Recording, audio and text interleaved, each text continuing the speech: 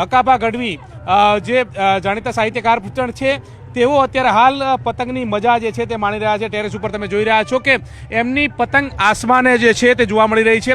ત્યારે તેઓ શું કહી રહ્યા છે તેમની સાથે વાત કરીશું। પતંગ આસમાને છે, શું કહેશો? બસ તમારો લક્ષ્ય આસમાને જ હોવો છે, પતંગ આસમાન છે એમ। અને આ એવો અદ્ભુત તહેવાર છે ઉત્તરાયણનો કે જેમાં સગાવાલા સંબંધી સ્નેહી બધા મળી અને આનંદ કરે છે। આ પતંગ ઘડીક ઉડે છે, ઘડીક કપાઈ જાય છે, જીવન સાથે લાગુ પડે છે। ક્યારે આ દોરી કપાઈ જાય ખબર નથી પડતી, એમાં આપણી જીવનની દોરી ક્યારે કપાઈ જાય આપણને ખબર છે નહીં। તો આ તમારે પતંગ છે એ તમને સૂચવે છે કે જે પતંગ દોરી કપાય એમ તમારી દોરી કપાઈ જાય તો જેટલું બનેલો આનંદ કરી લો, મોજ કરી લો જીવનમાં, એથી પછી કંઈ છે જ નહીં। આવી ઉત્તરાયણનું 12 મહિને એકાદી આવતી હોય છે, એમાં આનંદ કરી લો, મોજ કરી લો, બાકી બધા સપના છે। કેટલી પતંગ અત્યાર સુધીમાં ચગાવી, કેટલી કપાઈ અને કેટલી કાપી? 22 પતંગ ચગાવી, એમાંથી 2 કાપી, બાકી 20 મારી આ ખતરનાક ફ્લેટમાં ભરી રહી છે। આ મારી 20 પતંગોને ભરખી જેલો ફ્લેટ છે, કારણ કે મારો વિશે પતંગ ઓછી ચગાવું છું, છોકરા હારે આવું, છોકરો રાજી થાય એટલા માટે।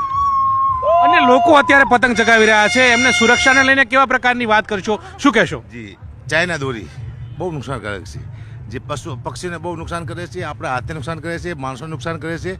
એટલે ચાઇના દોરી તો હોવી જ ન જોઈએ, ક્યાંક હોય વેચાતી હોય તો પોલીસને જાણ કરવી જોઈએ ચાઇના દોરી માટે, 100 નંબરમાંથી 112 નંબરમાંથી, કારણ કે નુકસાનકારક છે આ દોરી।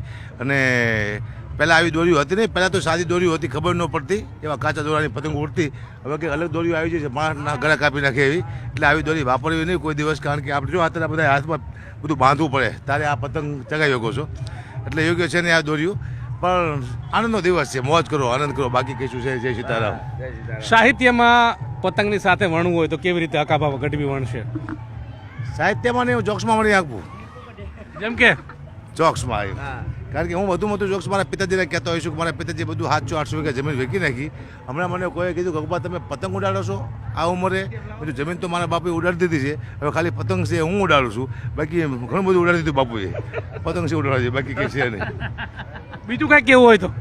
બીજું તો હું શુભેચ્છા આપું છું બધાને ઉત્તરાયણની, કારણ કે પવિત્ર દિવસ છે। ભીષ્મ પિતા આ દિવસે પોતાને અહીંયાથી વિદાય લીધી હતી દુનિયામાંથી, આ એક ઓતરના સૂર્ય થયા હતા, એટલે બહુ પવિત્ર આ ઉત્તરાયણ છે। દાન પુણ્ય કરવાનો પહેલો મોકો છે, આ જીવનમાં 12 મહિને એકવાર આવે છે, દાન પુણ્ય કરવું, બસ હળી મળી રહેવું, નાની મોટી દુશ્મની હોય તો ભૂલી જાવી, આટલી ખબર પડે મને। પતંગ અને દોરી એકબીજાના સમન્વયમાં છે, એને લઈને શું કહેશો? હા, તો દોરી છે તો પતંગ છે ને પતંગ છે તો દોરી છે, પણ વિશ્વાસ કરવા જેવું નથી, ગમે ત્યારે કપાઈ જાય, મેં જોયું। સમન્વયમાં હોય તો લોચો બરોબર છે, પણ સમન્વયમાં નથી આવી, કારણ કે ક્યારે આની માટે વિશ્વાસ કેમ કરવા? જીવન જેવું છે આ, ક્યારે આપણું જીવન પડતી મારી જાય, આ પતંગ ક્યારે કપાઈ જાય ખબર નથી પડતી। ગમે એવા તમે મોટા પતંગના ઓલા હોય ઉડાડવાવાળા, પણ આ પતંગ સાથ નથી દેતી ભાઈ, ગમે ત્યારે કપી જાય છે। અને મારી પતંગ કપાયમાં હું રાજી થઉં છું, હું કોઈને કાપવામાં રાજી નથી, કપાવવામાં રાજી છું। એનું તાત્પર્ય શું, એને લઈને શું કહેશો? તાત્પર્ય એ કે જીવન સાથે જોડેલું છે। જો કોકને આમથી કપી છે, વિચાર કરો, હે આપણે એડા જ નથી, આ માત્રની કૃપા કહેવાય, હાથે હાથે કોકની પતંગ કપી જાય છે, મુદ્દો એ છે। તાત્પર્ય કાંઈ નથી, જીવનનું તાત્પર્ય એ છે કોકને કાપવી નહીં, પોતે કપી જવું, આપણી કોક કાપે તો રાજી થવું, મારો જીવનનું તાત્પર્ય આ છે। હું કપાવવા તૈયાર છું, કાપવાનું। બીજો કોઈ જોક્સ કેવો હોય તો કેવો કે હકાભાઈ? બીજો જોક્સ કેવો હોય તો હું ગૌરવ ઇધર હમણાં મને કોઈ કીધું, આને જ કીધું મને કે પપ્પા એવલો તું મારો દરિયો ને છાંટો હોય તું એ ગીત મને સંભળાવો ને, પછી મેં આને માથે ગીત ગાયું હતું કે તું મારો દીકરો ને બાપ શું હું, કોઈ દી મારા હામે થાતો નહીં તું। આ ગીત ગાયું, છોકરો રાજી થયો, અમારો દીકરો છે પતંગ ઉડાવ્યો છે। પૂછો બેટા, જવાબ આપો, મજા આવે ને? હા, શું મજા આવે? કેટલી પતંગ કાપી બેટા?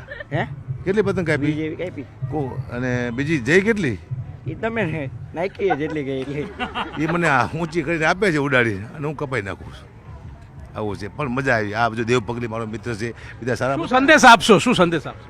સંદેશ હું આપું છું ગુજરાતી જનતાને કે આવા જેટલા પણ તહેવાર આવે છે, તહેવાર નથી, આપણા વ્યવહાર હોય છે।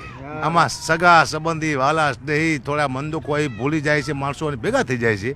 તો આપ સૌને વિનંતી કે જેટલી ઉત્તરાયણો આવે, જેટલી દિવાળીઓ આવે, જેટલા પ્રસંગ આવે, આપ સૌ ભેગા રહો, જીવનમાં નાના મોટા મન દુઃખ હોય તો પૂરા કરો, અને ઉત્તરાયણ આનંદથી મોજ કરો, આવો હું સંદેશ આપું છું। બસ એન્જોય કરો।